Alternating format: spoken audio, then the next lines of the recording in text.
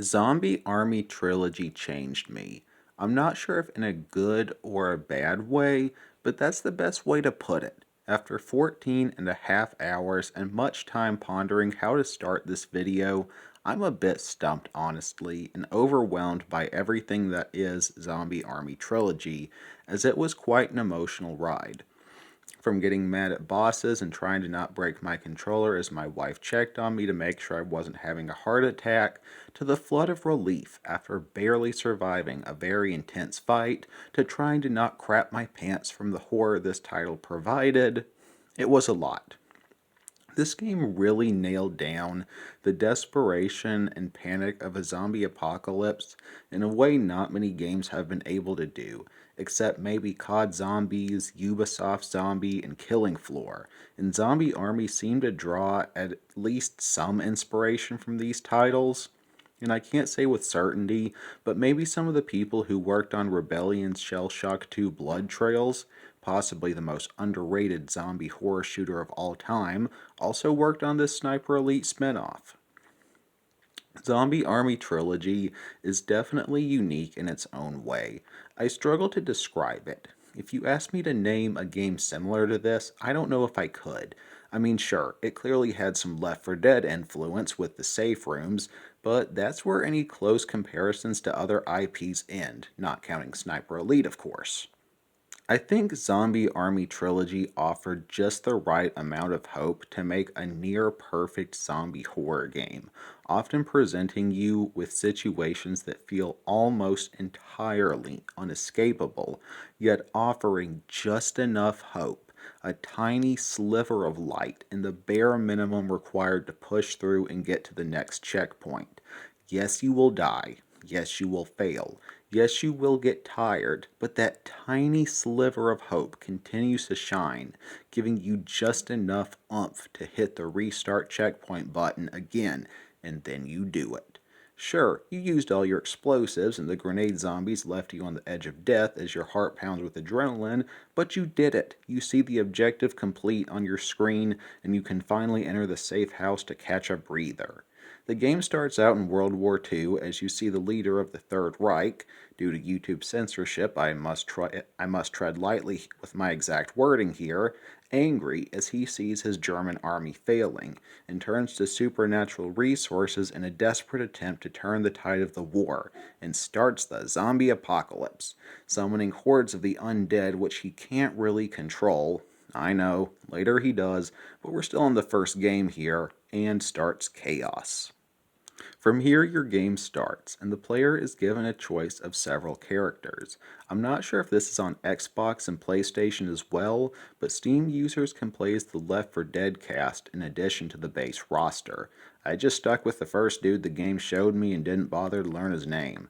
And the player is also given options for their starting weapon loadout, but you'll find weapons throughout the levels if you want to swap out. I experimented around a little and stuck with the Gavar sniper and Colt pistol for pretty much the entire game, and maybe in the middle of the second game I swapped out submachine gun options for the shotgun, as it was useful in close combat encounters and deals heavy damage, although suffers from a lack of ammo. There's a lot to remember from the three games, so if I get something jumbled up, please forgive me. The first game was the easiest, and except for maybe at 1 or 2 points, I really didn't struggle with it that much. It's kinda like if Sniper Elite met Left 4 Dead and Killing Floor. All three games pretty much have the same design. Get from point A to point B, and sometimes complete simple objectives while trying to fend off the undead, except each level, to an extent, gets more difficult, usually by adding new zombies and increasing their numbers. And every now and then you come across safe rooms where you can restock your ammo, maybe grab a new weapon to try out, and they sometimes had audio recordings playing for you to listen to. You start off with basic zombies. They're slow. If they're armed, it's not with anything too dangerous, maybe a small wooden plank or a shovel, not any real threat unless it's your first time holding a controller. Then you have the annoying grenade zombies. They rush at you with live grenades and dynamite strapped to them and try to blow up. Now, if used properly, they can actually be quite useful as they can be killed in one shot anywhere on their body and blow up a couple seconds after their demise. Like if you're trying to, crowd control a big horde and you see one of these guys running at you, drop him in his tracks in front of the horde and he'll take care of half of them. No charge. But this is easier said than done as they run pretty fast and can be hard to hit. Thankfully, on the default marksman difficulty, a single grenade zombie won't kill you, it'll just leave you on the brink of death. Next up, we got the machine gun zombie, as I call them.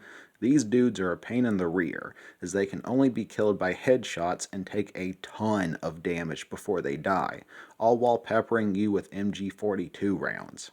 Lovely. They do have an upside in that his bullets can also kill fellow zombies, so I guess that's a plus. Then you have the sniper zombies. Zombies with sniper rifles that like to jump around, dealing heavy damage but not having a lot of health. I died several times by their hand, usually when they're tossed in alongside a horde battle, and it was always satisfying to get a slow-mo headshot or nut shot on one of these zombies. Watch their brains and splinters from their bones fly everywhere. I think at some point in the first game, normal zombies with guns were tossed in, but they're not very accurate at all and more often just shot each other, so not much of a threat to the player. More of a helper, if anything. There were also skeletons. Easy to kill. They don't deal much damage. Just kick them once and they die.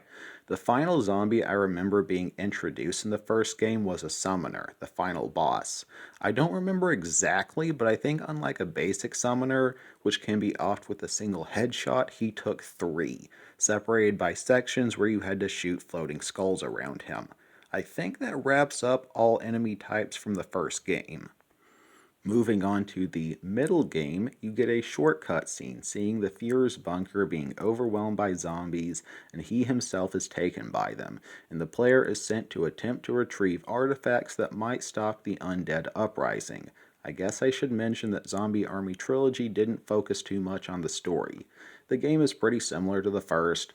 Get from point A to B, stopping at safe houses, and doing simple objectives, although the second installment stepped up the horror quite a bit, with creepier atmospheres and the Führer's bunker, with some very gruesome moments such as seeing live men struggling in vain attempts to free themselves from pikes that's impaling their stomachs.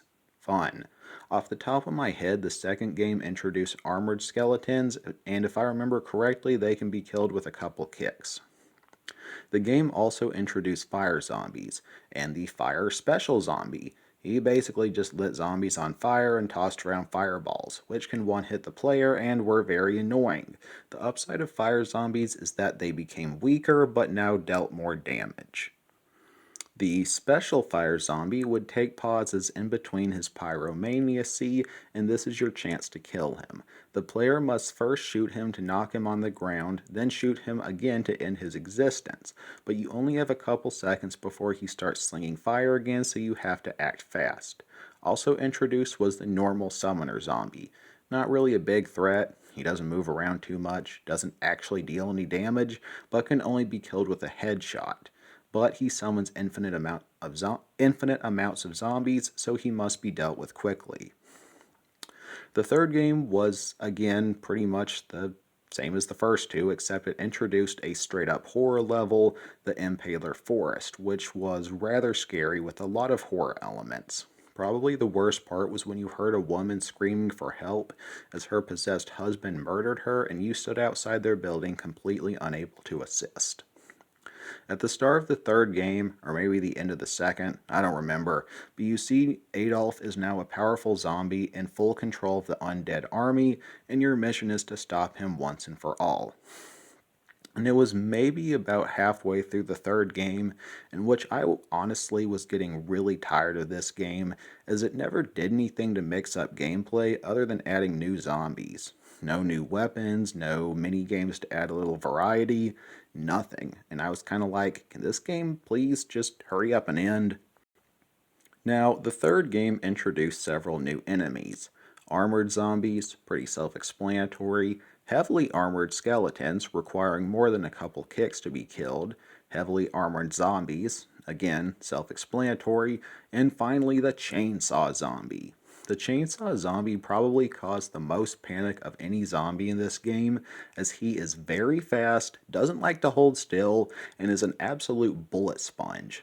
I think on one occasion I used 2 trip mines, 3 grenades, a landmine, and I still had to pop a few Gavar rounds at him before he finally died.